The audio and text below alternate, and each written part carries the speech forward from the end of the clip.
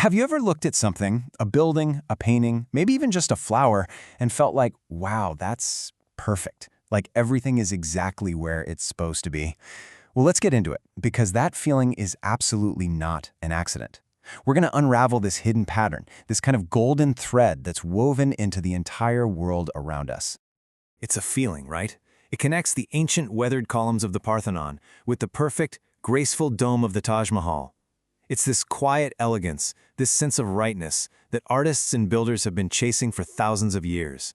It's been called a whisper of harmony, and it hints that there's a secret code behind that feeling we get. So, that really brings us to the big question, doesn't it? Is there some kind of universal blueprint for beauty, a hidden instruction manual that tells us what feels harmonious? Well, the answer is pretty fascinating, and we're going to dig into it. To really get to that answer, we first have to appreciate just how universal this feeling of harmony is. It's not just in your head, it's everywhere. I mean, think about it. This isn't just a Western idea or an Eastern idea. You can find it in the proportions of those ancient Greek temples, but you can also find it echoed in the rhythm of a Japanese haiku with that classic 5-7-5 syllable pattern. It's like a language that everyone understands, no matter where or when they're from. And that suggests something really fundamental is going on. All right, so it is time to pull back the curtain. Let's talk about the actual mathematical code behind this whole thing. Okay, I know. That definition sounds super complicated, like something out of a math textbook. But just stick with me. This ratio is that golden thread we're talking about. All it really means is that it's a perfect point of balance, a rule of proportion that our eyes and our brains just seem to love. And this is the magic number itself, 1.618. It's also known as phi.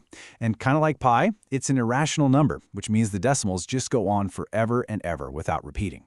This one single number is the secret ingredient we see popping up all over the place in art, nature, and design.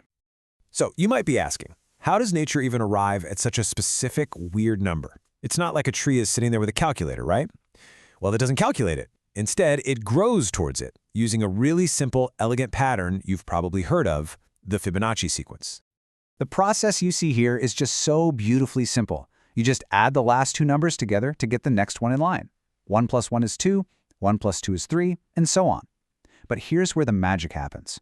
If you take any number in that sequence and divide it by the one right before it, like 8 divided by 5, the answer gets closer and closer and closer to our golden ratio, 1.618. It's basically nature's algorithm for creating beauty.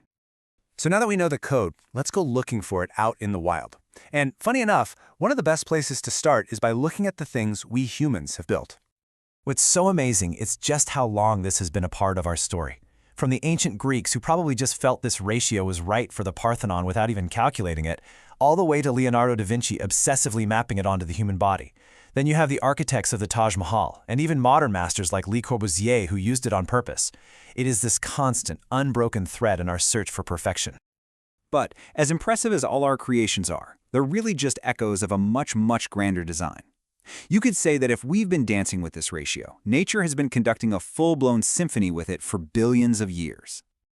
And once you know what to look for, you start seeing this code literally everywhere. It's in the perfect spirals of sunflower seeds, and the scales on a pine cone. Those follow the Fibonacci sequence. It's in the proportions of your own body.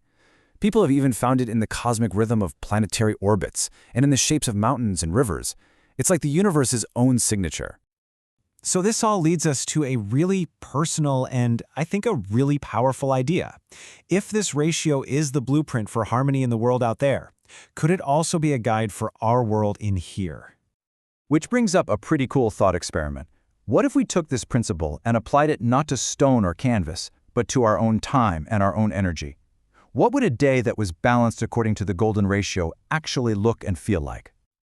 Well, the author of our source material actually did this experiment. They structured their day by this exact ratio. About 62% of their time was for deep, focused work, and the other 38% was for genuine rest and renewal. It's a perfect example of taking this abstract number and turning it into a really practical guide for living a better life. And when you lay it out like this, the contrast is so clear. When we live in tune with this kind of natural rhythm, we get growth, clarity, and stamina. But when we fight against it, when we push way too hard and rest way too little, we're just walking down that well-known path to burnout, overwhelm, and total exhaustion. But nature gives us a pretty hopeful lesson here too. Even after a huge disruption, like a forest fire, what happens? Renewal. The whole system eventually resets itself and goes back to its basic fundamental code. And maybe we can do the same thing when we feel burnt out. We can choose to come back to a more natural, balanced rhythm. So, we've followed this golden thread from ancient buildings to the cosmos and right back into our own daily schedules. And now, really, the invitation is for you to start seeing it for yourself.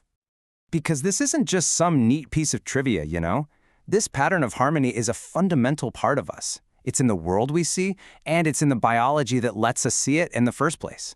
We're connected to this thing on a really, really deep level. And you can start embracing it, like today. Just pause, look for the spirals in a plant or the proportions in a building you pass every day. Maybe even try out that 62-38 split in your own workday and just see how it feels.